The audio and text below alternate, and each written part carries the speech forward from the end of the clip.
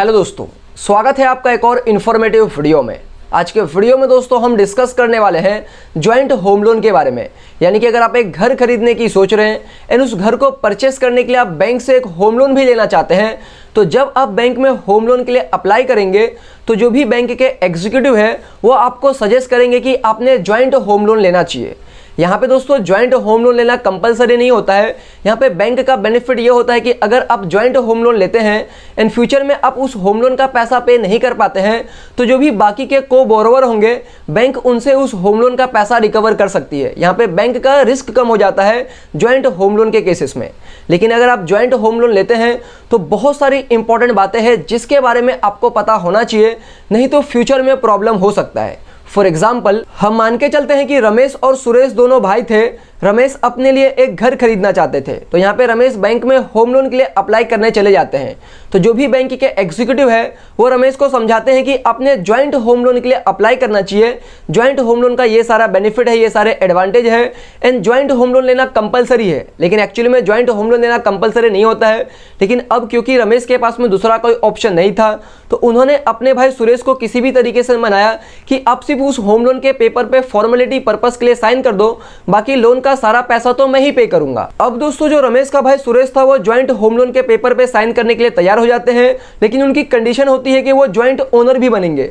तो इस तरीके से दोस्तों रमेश अपने भाई सुरेश के साथ में ज्वाइंट होम लोन के लिए अप्लाई कर देते हैं एंड रमेश उस होम लोन का सारा पैसा टाइम टू टाइम पे कर देते हैं।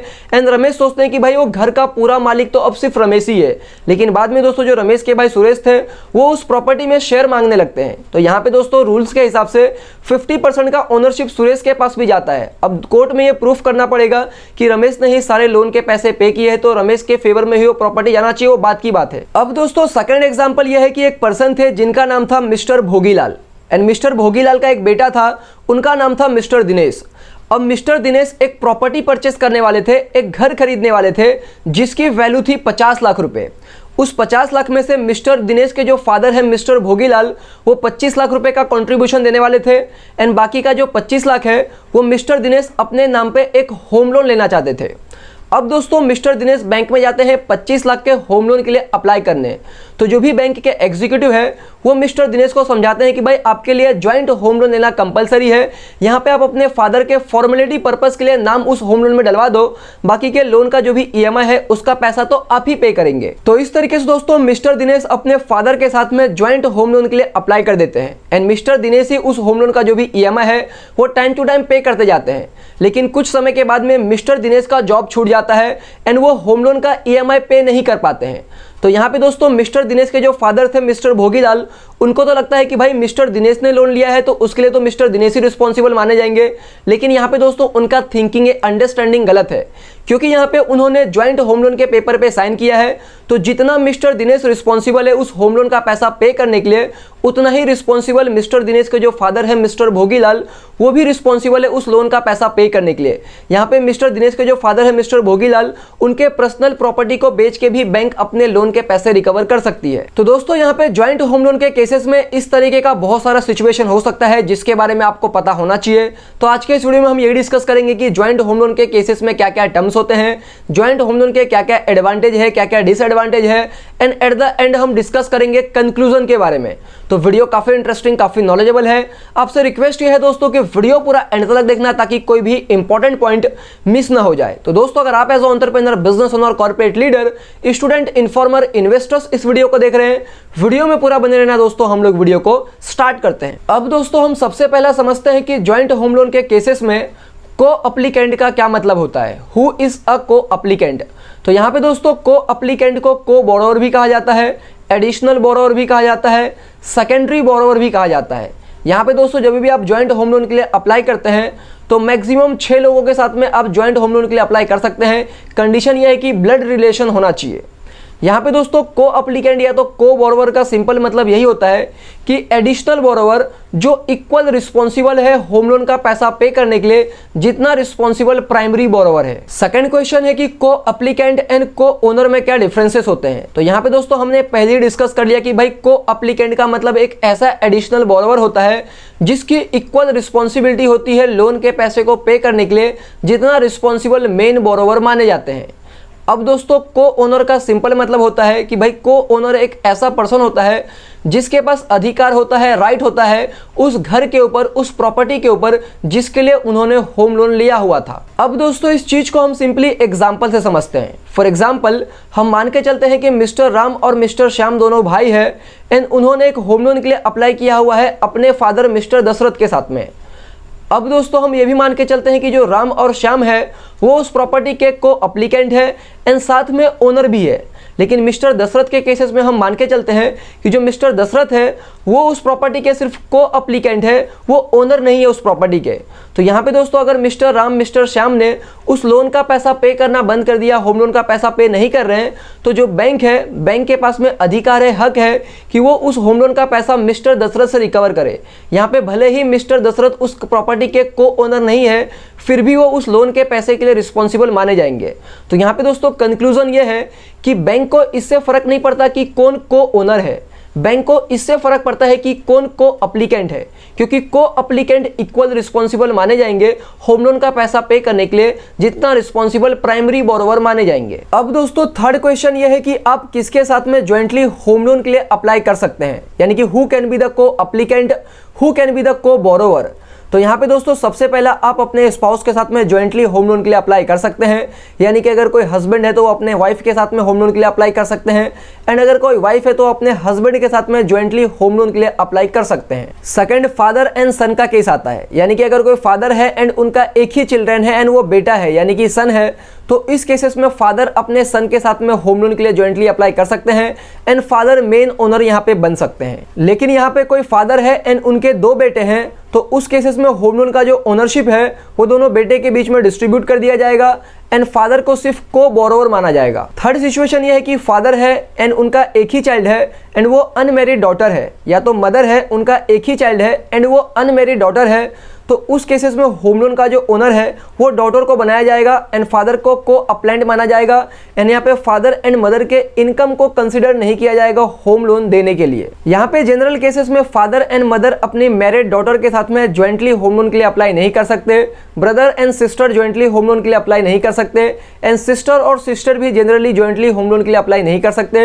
लेकिन ब्रदर एंड ब्रदर के केसेस में ये बैंक टू बैंक डिपेंड करता है, बैंक कुछ टर्म्स एंड कंडीशन देती है, उसके बाद brother and brother jointly home loan के लिए अप्लाई कर सकते हैं। फोर्थ क्वेश्चन है कि को अप्लीकेंट और गारंटर के बीच में क्या डिफरेंसेस है। तो सबसे पहला जो को अप्लीकेंट है वो मेन अप्लीकेंट के साथ में, मेन बोरोवर के साथ में ज्वाइंटली होम लोन के लिए अप्लाई करते हैं, यानी कि यहाँ पे दोनों पर्सन मिलकर ज्वाइंटली होम लोन के लिए अप्लाई करते हैं।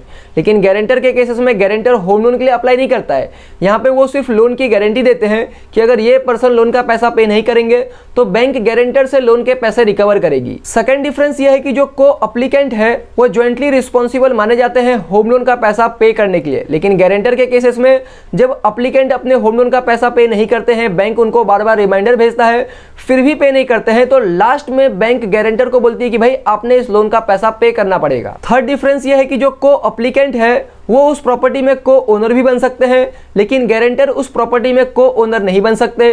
फोर्थ डिफरेंस ये है कि जब भी आप ज्वाइंटली होम लोन के लिए अप्लाई करते हैं तो को अप्लीकेंट के को बोरोवर के इनकम को भी कंसीडर किया जाता है ज्वाइंटली होम लोन देने के लिए, लेकिन यहाँ पे गारंटर के इनकम को कंसीडर नहीं किया जाता है। एंड फिफ्थ डिफरेंस ये है कि को अप्लीकेंट को बोरोवर को टैक्स बेनिफिट मिलता है अगर वो ज्वाइंटली होम लोन के लिए अप्लाई करते हैं तो, लेकिन यहाँ पे गारंटर को कोई भी टैक्स बेनिफिट नहीं मिलता है। फिफ्थ क्वेश्चन ये है दोस्तों कि यहाँ पे अगर कोई पर्सन ज्वाइंटली होम लोन के लिए अप्लाई करते हैं तो क्या सारे अप्लीकेंट के क्रेडिट स्कोर को चेक किया जाएगा। तो ये डिपेंड करता है situation to situation. For example अगर कोई हस्बैंड अपने वाइफ के साथ में ज्वाइंटली होम लोन के लिए अप्लाई करते हैं एंड हम मान के चलते हैं कि जो वाइफ है वो अर्निंग पर्सन नहीं है, तो यहाँ पे क्रेडिट स्कोर का कोई सवाल ही नहीं होता है।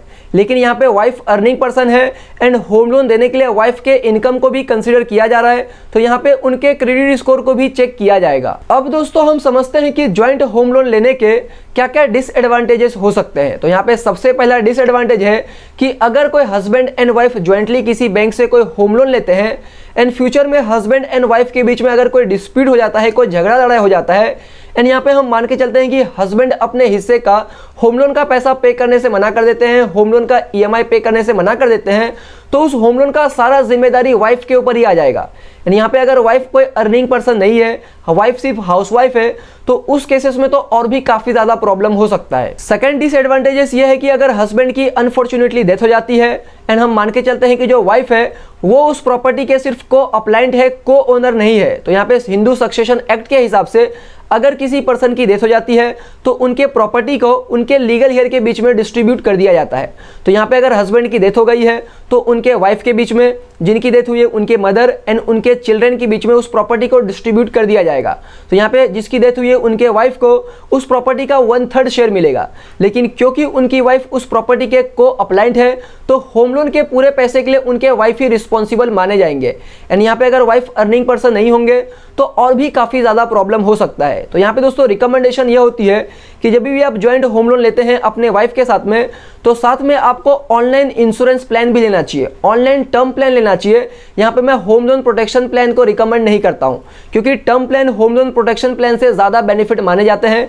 एंड इस चीज़ को अगर आपको डिटेल में समझना है तो आप मेरा ये वाला वीडियो ज़रूर देखना, काफ़ी इंटरेस्टिंग, काफ़ी नॉलेजेबल वीडियो है। थर्ड डिसएडवांटेजेस ये है कि अगर आप ज्वाइंटली होम लोन के लिए अप्लाई करते हैं तो जो भी को अप्लाइंट है उनके पर्सनल असेट के ऊपर भी रिस्क होता है। फॉर एग्जाम्पल, अगर कोई पर्सन अपने फादर के साथ में ज्वाइंटली होम लोन के लिए अप्लाई करते हैं एंड वो पर्सन ही उस होम लोन का सारा पैसा पे करता है एंड फ्यूचर में अगर वो पर्सन उस होम लोन का पैसा पे नहीं कर पाता है तो यहाँ पे जो बैंक है वो उसके फादर को भी रिस्पॉन्सिबल मानेगी उस होम लोन के पैसे को पे करने के लिए।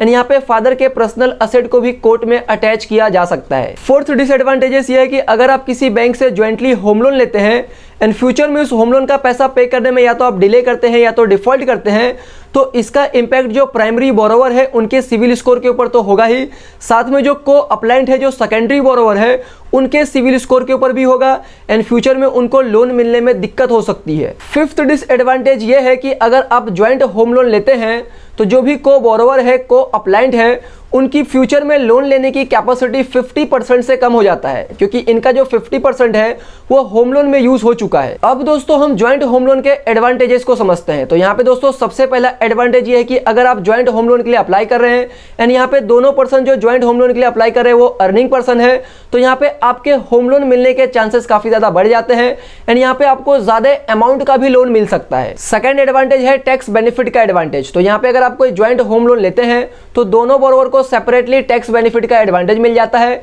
कंडीशन ये होता है कि जो को बोरोवर है वो को ओनर भी होने चाहिए। थर्ड एडवांटेज ये है कि अगर आप कोई ज्वाइंट होम लोन लेते हैं एंड उस ज्वाइंट होम लोन में जो वुमेन है आप उनको या तो सोल ओनर या तो को ओनर बनाते हैं विथ को अप्लाइंट, तो यहाँ पे बैंक आपको थोड़ा इंटरेस्ट रेट में कंसेशन भी दे देता है और आपको स्टैम्प ड्यूटी चार्जेस वगैरह में भी थोड़ा कंसेशन मिल जाता है। यानी कि अगर आप वाइफ के नाम पे प्रॉपर्टी परचेस करते हैं तो थोड़ा बहुत इंटरेस्ट रेट में एंड स्टैम्प ड्यूटी चार्जेस वगैरह में कंसेशन मिल जाता है। अब दोस्तों एट द एंड अगर हम बात कर ले कंक्लूजन की, तो जब भी आप ज्वाइंट होम लोन लेते हैं या तो कोई भी लोन लेते हैं तो लोन आपके लिए एक लायबिलिटी है। उस लायबिलिटी को कवर करने के लिए आपको एक इंश्योरेंस पॉलिसी लेना चाहिए। बेसिकली दोस्तों आपको ऑनलाइन टर्म इंश्योरेंस पॉलिसी लेना चाहिए ताकि हस्बैंड के डेथ के बाद में उस लोन को पे करने का जिम्मेदारी उनके वाइफ के ऊपर ना आए। एंड यहाँ पे अगर वाइफ अर्निंग पर्सन नहीं होंगे तो काफ़ी ज़्यादा प्रॉब्लम हो सकता है। तो दोस्तों यही थी पूरी की पूरी वीडियो। उम्मीद करता हूँ आपको इस वीडियो से कुछ ना कुछ वैल्यूएबल इन्फॉर्मेशन ज़रूर मिला होगा। अगर आपको इस वीडियो से वैल्यू मिली है तो वीडियो को ज़रूर लाइक करना, चैनल को सब्सक्राइब करना एंड इस वीडियो को दोस्तों अपने फैमिली, फ्रेंड, रिलेटिव में शेयर ज़रूर करना जिनको होम लोन चाहिए उनके साथ में। जय हिंद दोस्तों।